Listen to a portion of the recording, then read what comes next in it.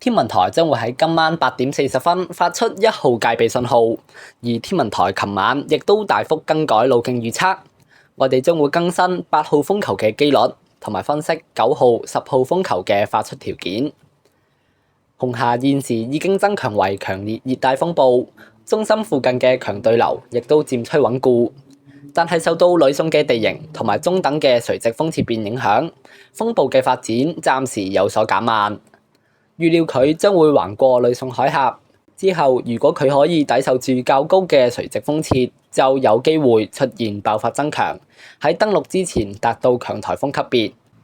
琴晚各大模型嘅預測都大幅西移，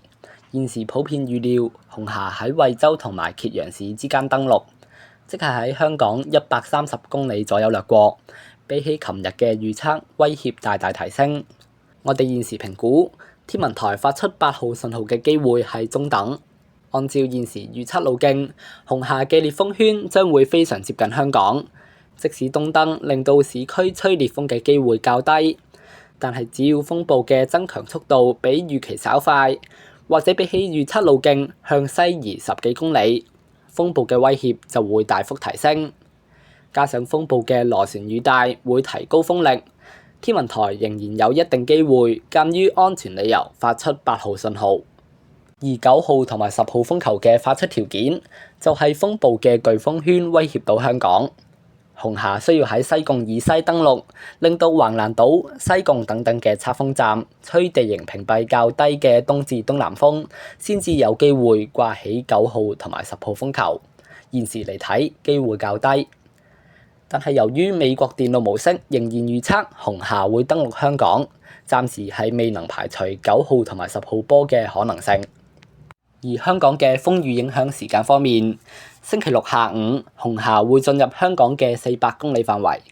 屆時天文台會考慮發出3號信號。星期日開始，香港會有狂風大驟雨同埋雷暴，海有大浪同湧浪，市區會持續吹強風，離岸同埋高地唔排除達到烈風。由於現時風暴嘅預測路徑較為接近香港，有機會出現輕微嘅風暴潮。去到星期一，風暴就會遠離，威脅亦都會解除，但係西南氣流同埋風暴嘅殘餘環流仍然係會帶嚟幾陣驟雨。若果風暴嘅預測再有更變，我哋會盡快以貼文或者影片模式發布最新消息同埋更新風球機率評估。喺星期六更加會有風暴直播，同大家分析風暴影響，敬請留意啦。再會。